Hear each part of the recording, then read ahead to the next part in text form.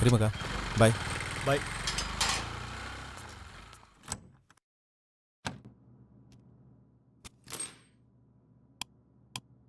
ಥೂ, ಕರೆಂಟ್ ಇಲ್ವಲ್ಲಪ್ಪ.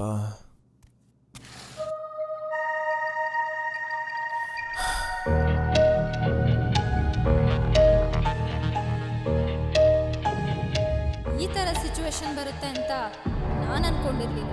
ಅಷ್ಟೊಂದು ಬೇಡವಾಗೋದ್ನ ನಾನು. Let him be happy. ಬಾಯ್.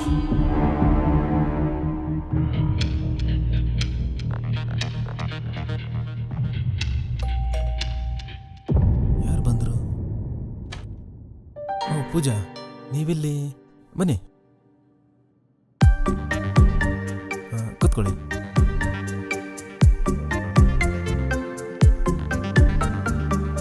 ರವಿ ನಂಗಿನ್ನೂ ಸಿಕ್ಕಿಲ್ಲ. ನಿಮಗೆ ಫೋನ್ ಮಾಡ್ಬೇಕಾದ್ರೆ ವಿಷಯನೂ ಹೇಳೋಕ್ಕಾಗಿಲ್ಲ. ನಾನು ಆ ವಿಷಯ ಮಾತಾಡೋಕೆ ಬರಲಿಲ್ಲ. ನಿಮ್ಮ ಜೊತೆ ಕಾಫಿ ಶಾಪ್ನಲ್ಲಿ ಮಾತಾಡಿ ಹೋದಾಗಿಂದ ನಂಗೆ ಯಾಕೋ ಸಮಾಧಾನನೇ ಆಗಲಿಲ್ಲ. ಇನ್ನೂ ಮಾತಾಡಬೇಕು ಅಂತ ಅನ್ನಿಸ್ತಿತ್ತು. ನಿಮ್ಮ ಫ್ರೆಂಡ್ ಬಗ್ಗೆನೇ ಇಷ್ಟೊಂದು ಕನ್ಸರ್ನ್ ತೋರಿಸೋ ನೀವು, ಇನ್ನು ನಾನು ನಿನ್ನ ಗರ್ಲ್ ಫ್ರೆಂಡ್ ಆದರೆ ಇನ್ನೆಷ್ಟು ಕನ್ಸರ್ನ್ ತೋರಿಸ್ಬೋದು? I don't know Uday, I started liking you very much.